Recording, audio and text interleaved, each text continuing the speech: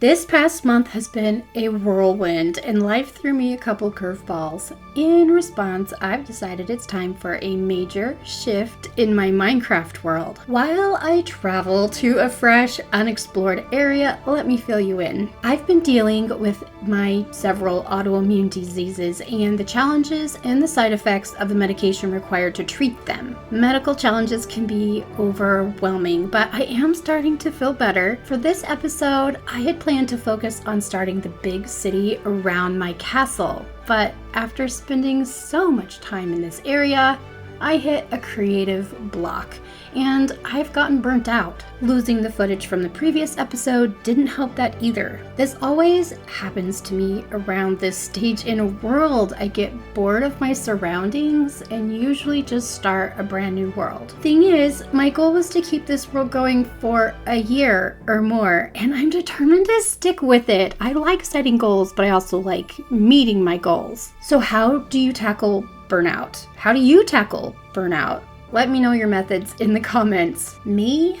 I took a week off and played a different game, and now I'm ready to set off on a new adventure with fresh new set of goals, all while staying in the same world. I'm not looking for a little change, I'm looking for a big change. I've decided to start building a brand new civilization in an entirely different part of my map and starting over in that new area as if I were in a different world. Here's my strategy. Step 1, make an adventure plan. The new area has to be at least 5,000 blocks away from my starting homestead. I can't take anything with me, but I can collect resources on my journey to the new location. The distance will provide fresh new landscape and keep me from being tempted to sneak back because I'm not allowed to return back to my starting area, including my storage and my farms, until I've finished all my new adventure goals. Besides simply surviving the trip to the new area, here are my 5 adventure goals. Step 1, build a new starter home for the new area. Step 2, everything has to be farmed manually, no auto machines.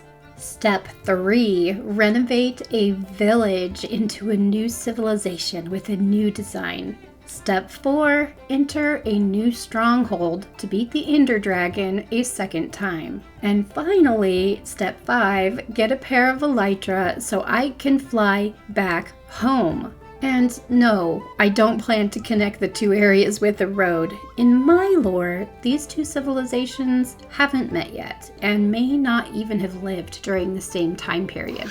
The next part of my plan is to choose a fresh new biome to build in and decide on a civilization build style. I've pulled up my world seed map on Chunkbase website and looked around at different biomes in the distance from my homestead area. I have settled on a large savanna area with a couple villages to choose from for renovation, and I plan to build a Tuscan-style village. The next part of my plan is to add a few new mods to make the gameplay feel fresh and new. I use CurseForge for my mods, so I pulled it up and started browsing. This is tricky. You see, I want something to change my gameplay experience, but I don't want to stray too far from vanilla play. In the end, I decided on Fresh Animations, a resource pack I've seen a lot of content creators use to make the mobs move and act differently. Visuality, a mod that makes shiny items like gold armor and amethyst glint and sparkle. And Logical Zoom for a quick and easy zoom button.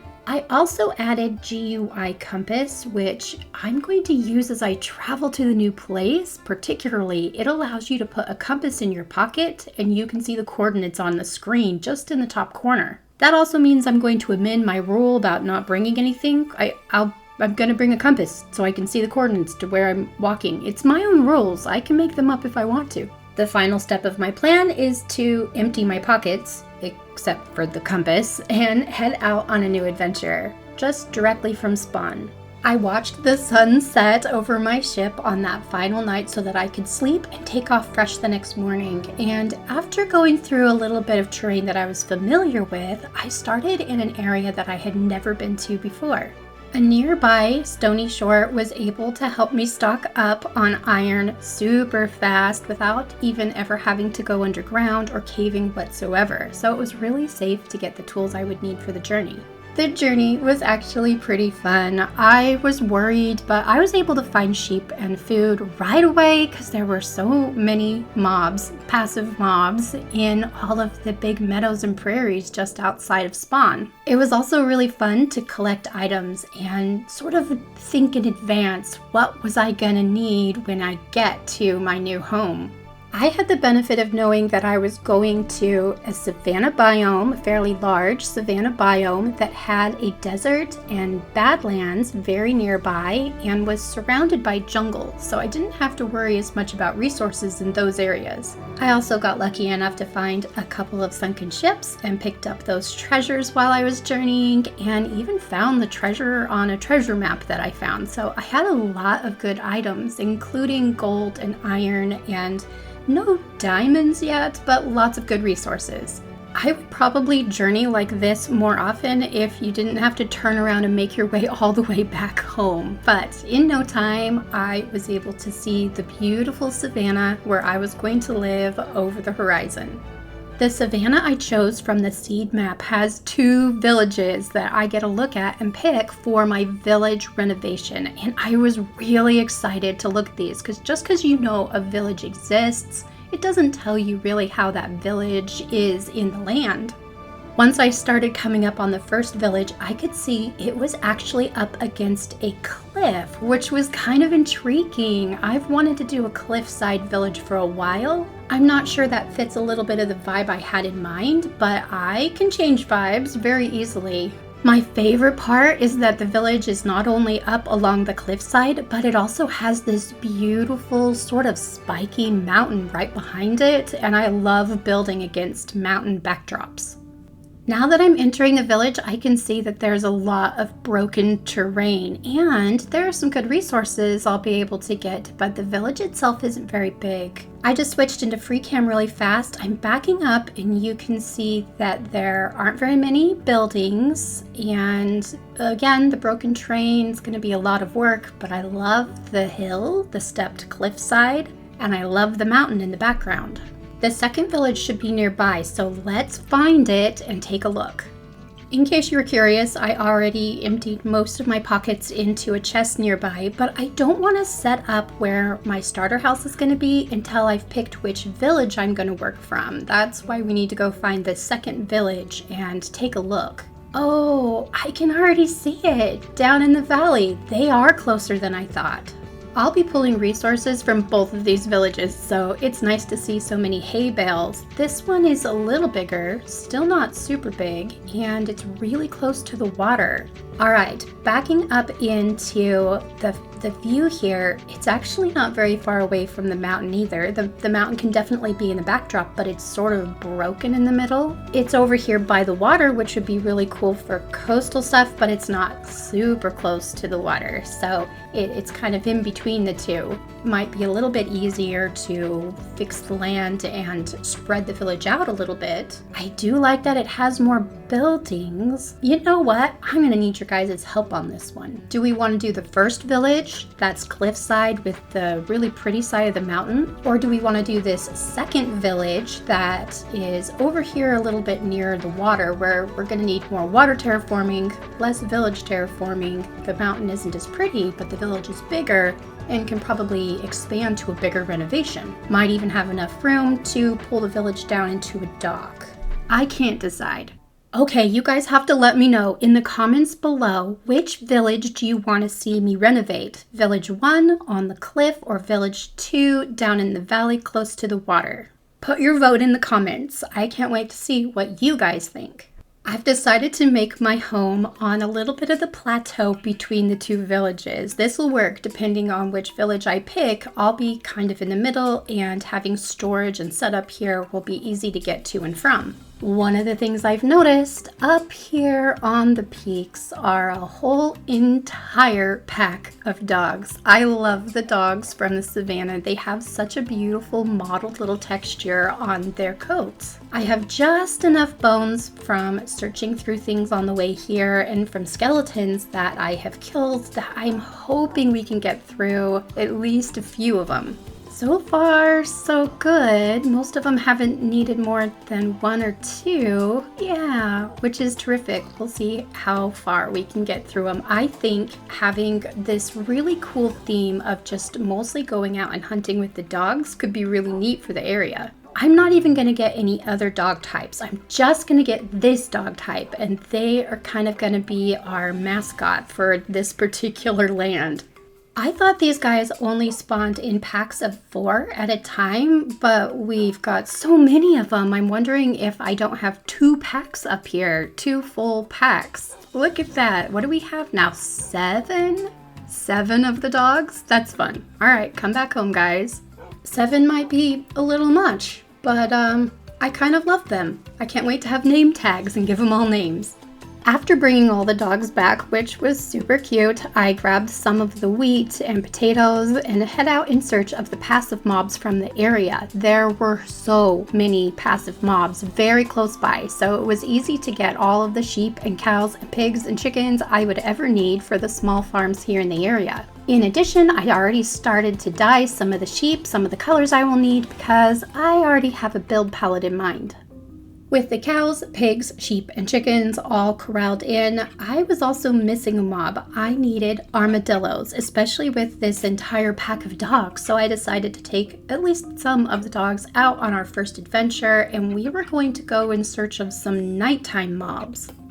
Our goal for the night was spiders. I need a spider eye. I need the spider eye or multiple spider eyes so that we can get the armadillos and lead them back and hopefully breed them up. I don't have any leads yet over here, although that'll come with the first wandering trader that I find. But until then, I want to be able to bring armadillos back from several of the different areas around about. I also need a little bit of string for brushes so I can get the scoot off the armadillos, and I wouldn't mind starting a collection of gunpowder from the creepers. Remember, I can't build any automatic farms over here, and I need enough rockets that I can get all the way back home once I get my elytra.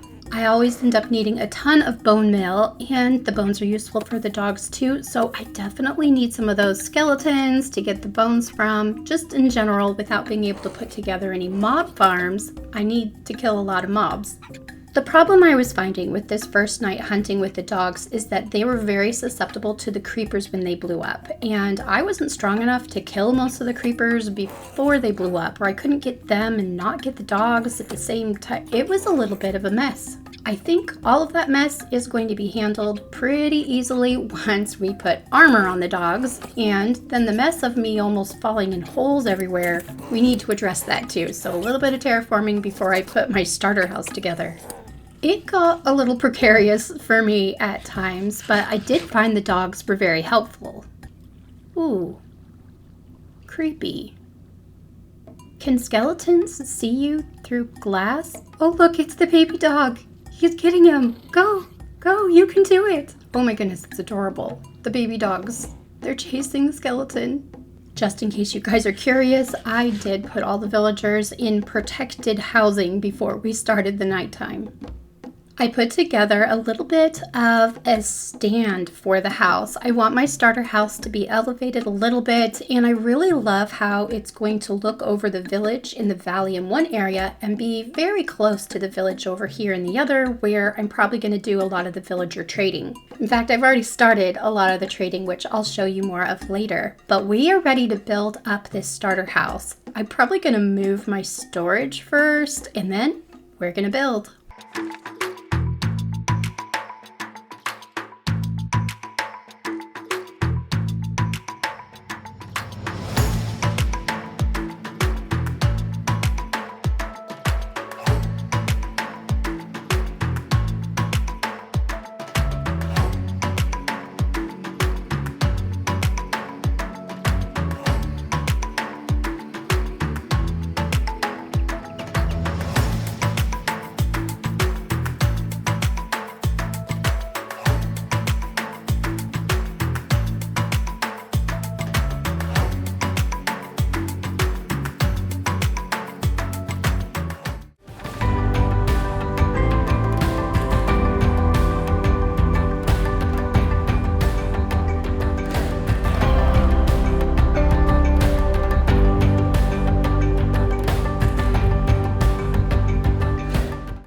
have really enjoyed my adventures over here in the savannah, and it's helped a ton with the burnout that I was feeling. If you've made it this far in the video, please consider liking and subscribing to my channel. It really helps with the algorithm as my channel is new and still growing. With that, I wish you all the best.